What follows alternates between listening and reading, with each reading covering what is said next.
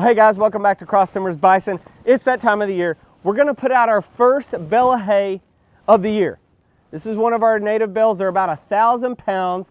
Now, typically when this happens, since I've been a bison producer, anytime you put the first bale of hay out to the Big Joe herd, it gets them all excited because it's been a while since they've seen one of these things.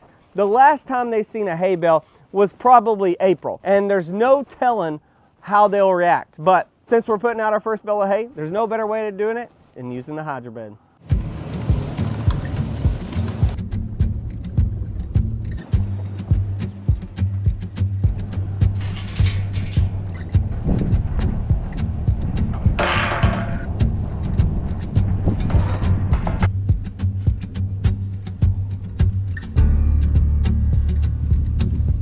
So we just pulled into Pasture 3, currently where the Big Joe herd is, and has been for a while.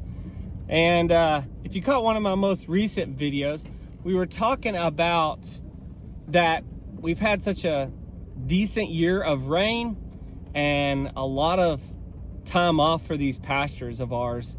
A lot of recovery time has made a huge difference in how our pastures look today. And because we have so much standing dead or grass that has gone into dormancy, it's been great. I haven't had to put out hay at all. I got this bale of hay though, and I want to see if they actually consume it. So I'm gonna go ahead and lower it. Look out. Here they all come.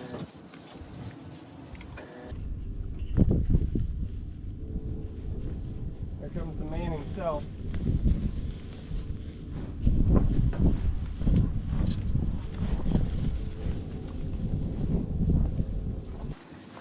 There's Blackjack. Let's see what they think about it. Here comes the man himself.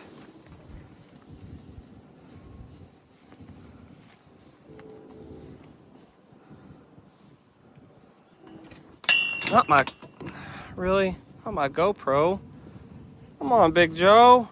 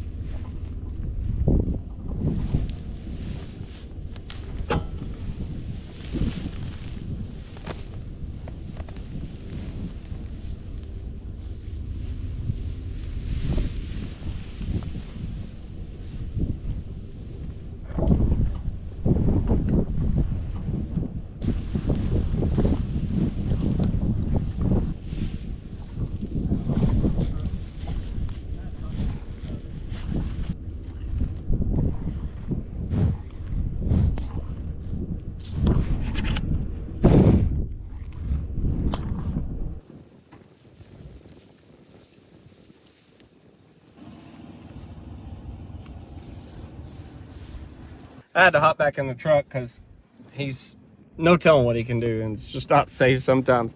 He could get pretty amped up, but we're just gonna let him do his thing. So far, he's just hit it, tear it apart, eat it, scratch. Typical Big Joe. But now I'm gonna drive and roll some out, and we'll see what they do with that.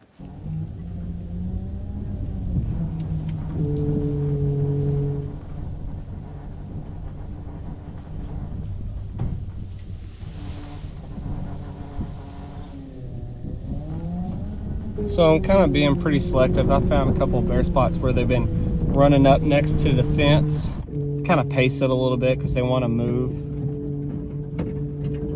Pretty normal. Keeps the fence lines clean at least. And here's a couple areas.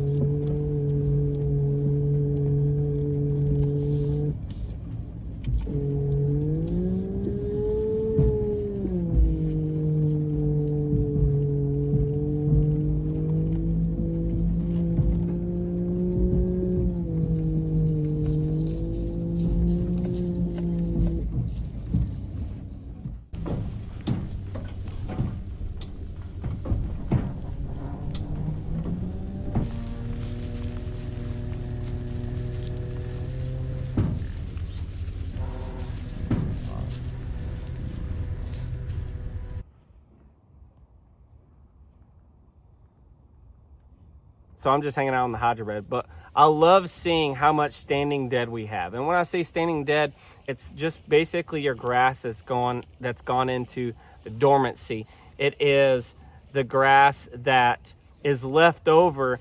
It's grass that they didn't graze essentially. And it's so good to have that because one, it's organic matter.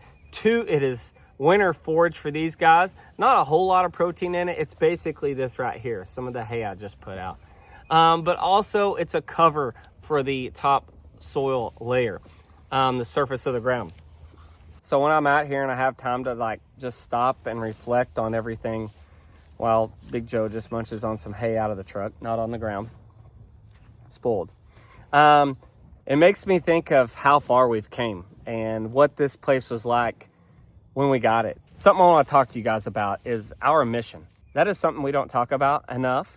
And as our channel is growing, I want more people to understand why we do this and why we pick the American bison and all those things and what our mission is. What are we doing?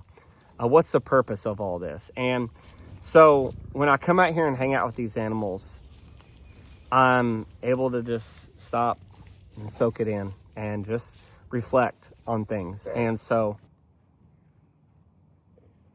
over the past 4 to 5 years, we've learned a lot. We still have a lot to learn. But my first passion was raising the American bison, restoring their culture, restoring their heritage, and trying to conserve their genetics.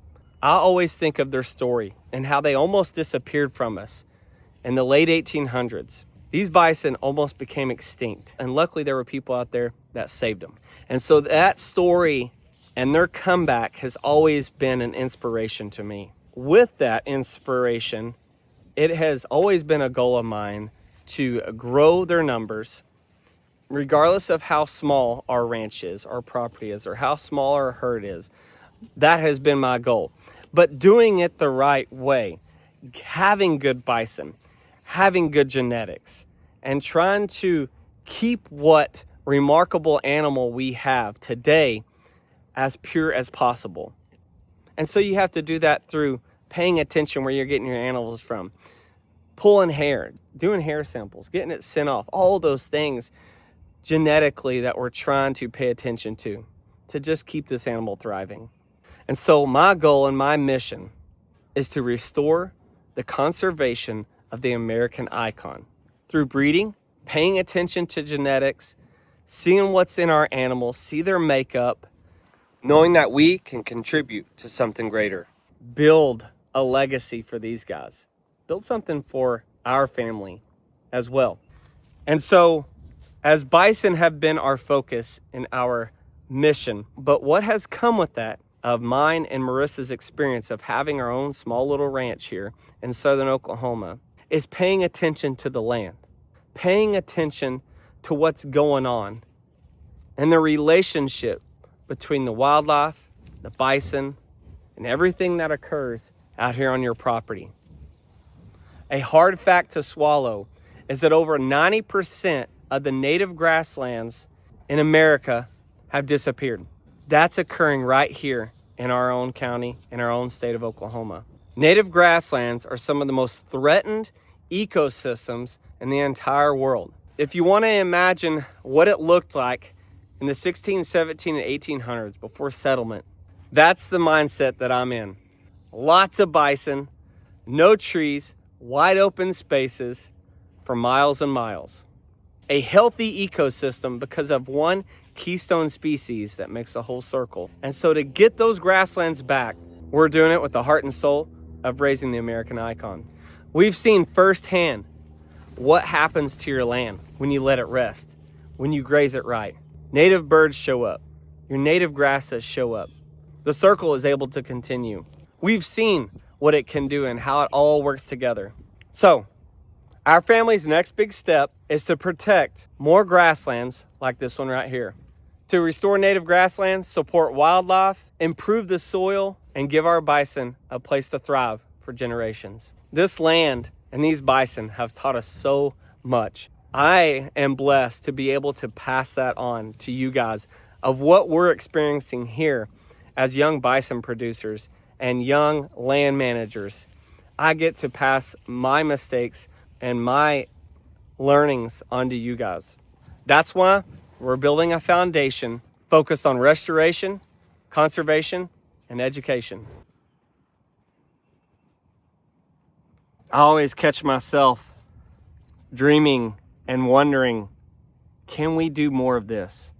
Can we get access to more land so we can raise these awesome animals? Restore native grasslands back to where they should be. Protect the soil and make it healthier. And I think this brings people together. And that's what we're aiming for. Our next goal is to get a little bit bigger.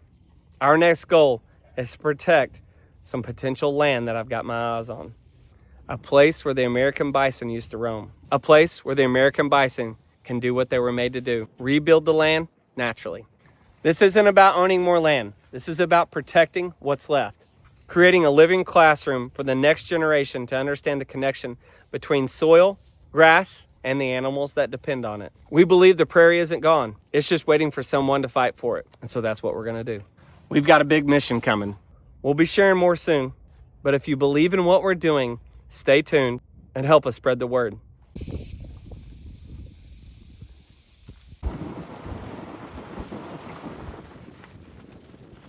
I want to thank HydroBed for sponsoring today's video and supporting our mission and what we're doing here as a Baker family, raising the American bison.